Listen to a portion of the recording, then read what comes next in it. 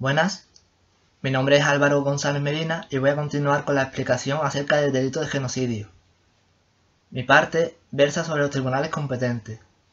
En primer lugar, en la Convención para la Prevención y Sanción del Delito de Genocidio, en su artículo 6, se establece, por un lado, que las personas que han cometido actos de genocidio serán juzgadas por un tribunal competente del Estado en cuyo territorio se hayan cometido dichos actos.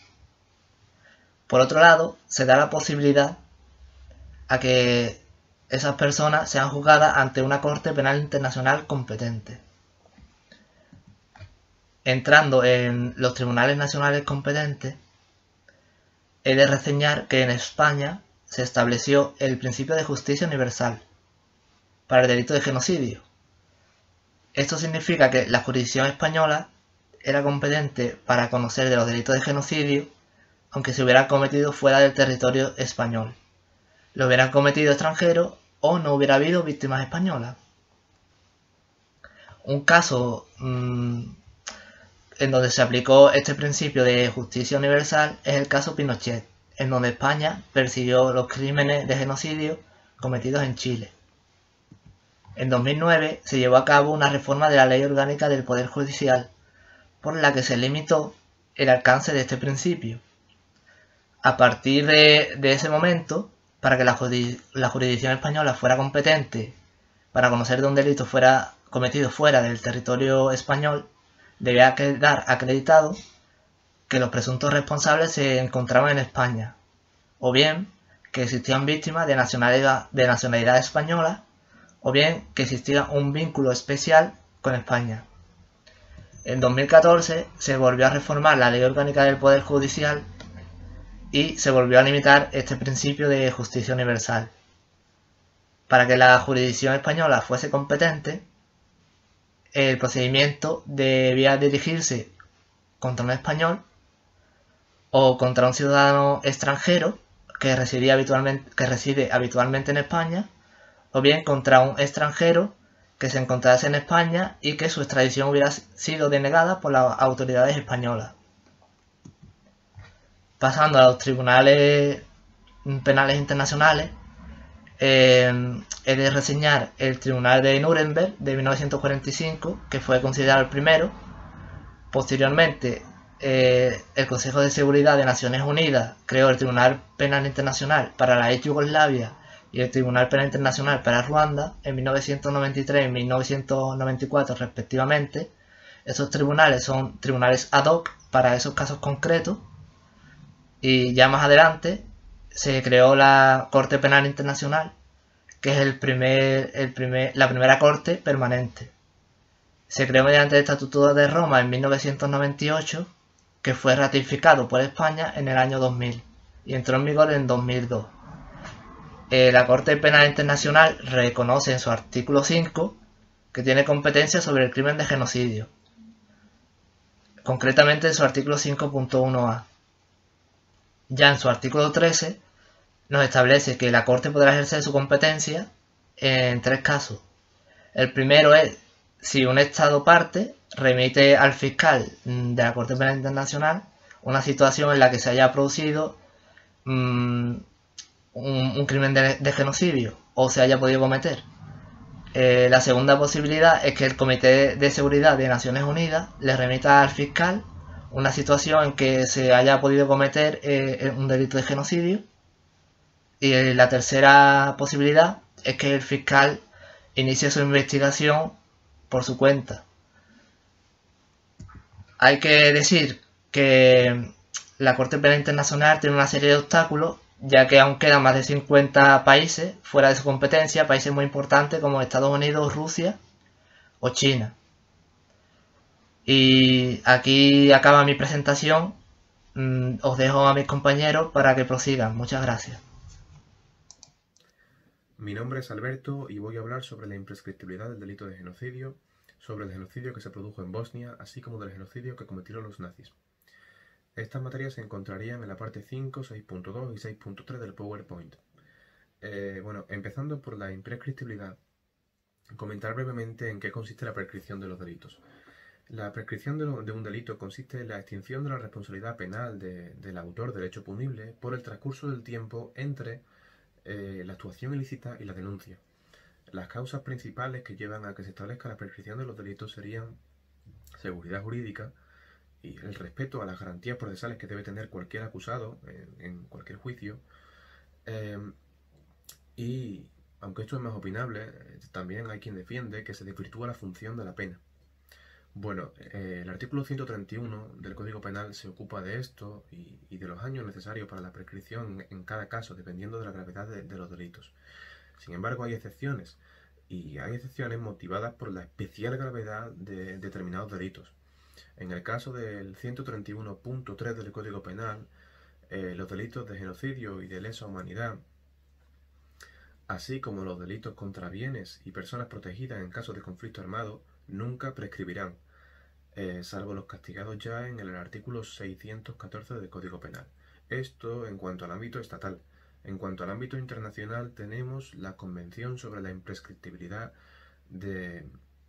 sobre los crímenes de guerra y para los crímenes de lesa humanidad, adoptada por la Asamblea General de Naciones Unidas el 26 de noviembre de 1968. También tendríamos el Estatuto de Roma de la Corte Penal Internacional, adoptada el 17 de julio de 1998. En el Estatuto de Roma, en el artículo 29, establece que los delitos para los que la Corte es competente en enjuiciar nunca prescribirán. Los delitos para los que la Corte tiene competencia se establecen en el artículo 5 del mismo estatuto, entre los cuales encontramos el genocidio. Propiamente dicho, en el apartado de la casuística, procedo a explicar el delito de genocidio en Ruanda. Tuvo lugar entre el 7 de abril y el 15 de julio de 1994 y se saldó con el exterminio del 70% de la población Tutsi, traducido en cifras numéricas entre 500.000 y 1 millón de víctimas. El genocidio en Ruanda está considerado como uno de los crímenes o mayores atrocidades que ha tenido ocasión de experimentar nuestra sociedad, no solamente por las consecuencias económicas que dejó, sino también por el impactante coste social del que todavía se sigue recuperando el continente de África. La Organización de las Naciones Unidas ha tenido un papel fundamental en este delito, puesto que gracias a ella se llevaron a cabo numerosas actuaciones que permitieron recuperar o por lo menos intentar reducir el número de víctimas o de muertos. Existen distintas teorías o distintas doctrinas acerca del origen de este delito, pero la mayoría de los autores coinciden en que tuvo lugar por un atentado a través de 2 misiles que fueron lanzados desde tierra a el avión del que por entonces viajaban los presidentes de Burundi y de Ruanda, que fallecieron al instante. Hay autores que sostienen que estos misiles fueron lanzados por el Frente Patriótico Ruandés, mientras que hay otros que sostienen que fueron los partidarios de acabar con la vida de la primera ministra ruandesa. Sin más dilación, procedo a la siguiente parte, a dejar paso a mis compañeros. Continuando con el caso Bosnia, el genocidio se produce durante la guerra que tiene lugar en este territorio entre los años 1992 y 1995. En julio de este último año se produce lo que se denomina la masacre de Srebrenica. Consistió en la persecución y aniquilación de unas 8.300 personas de etnia bosnia musulmana, con el principal objetivo de la exterminación de este grupo social. Lo cometería la fuerza serbia-bosnia radicales con el general Ratko Mladić al mando. Este general sería condenado por el Tribunal Penal Internacional para la antigua Yugoslavia en 2017. Se le condenó a cadena perpetua acusado de los crímenes de determinación, asesinato, persecución, secuestro, terror, deportaciones, desplazamiento forzoso, actos ilegales ataques ilegales contra civiles y actos inhumanos. Este sería el único acto que el tribunal consideró como genocidio, señalando a la Fiscalía la posible comisión de otros 6 delitos de genocidio en diferentes municipios del norte de Bosnia. El tribunal concluyó en que no había suficiencia probatoria para demostrar la intencionalidad de aniquilación en estos casos.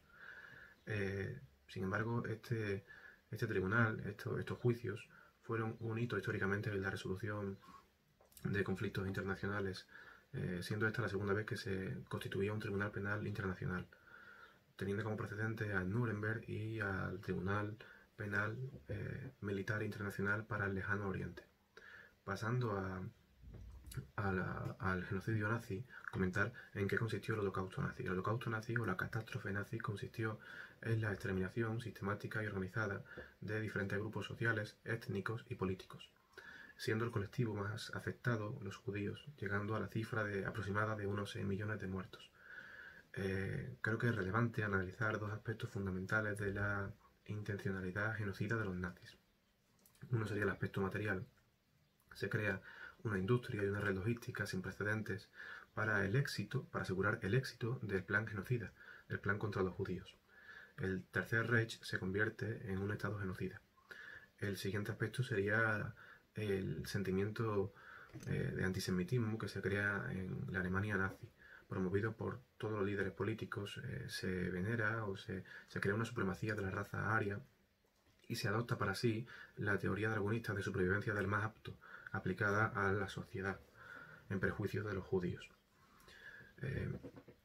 El holocausto, se cifran las muertes del holocausto en unas 15-20 millones de personas. Esto tuvo como consecuencia, después de la guerra y de haberla perdido los nazis, tuvo como consecuencia el enjuiciamiento de estos actos criminales crueles. Esto era histórico porque era la primera vez que después de la guerra se enjuiciaban los actos producidos durante la guerra. Actos contra la humanidad, contra la paz, se calificaron. Los vencedores, los aliados, juzgaron a los vencidos para dotar a la victoria no solamente con un aspecto político como hasta el momento, sino con un aspecto moral que consistía en hacer justicia. Sin embargo, el proceso adolecía de diferentes problemas jurídicos, y era que se rompe con el principio de territorialidad. A los nazis se les condena por delitos que en el momento de su comisión no lo eran. La retroactividad de disposiciones sancionadoras o desfavorables. En el proceso serían la misma parte la acusación y juez. Sin embargo, estos juicios fueron un hito histórico y cambiarían el mapa judicial internacional para el resto de los tiempos.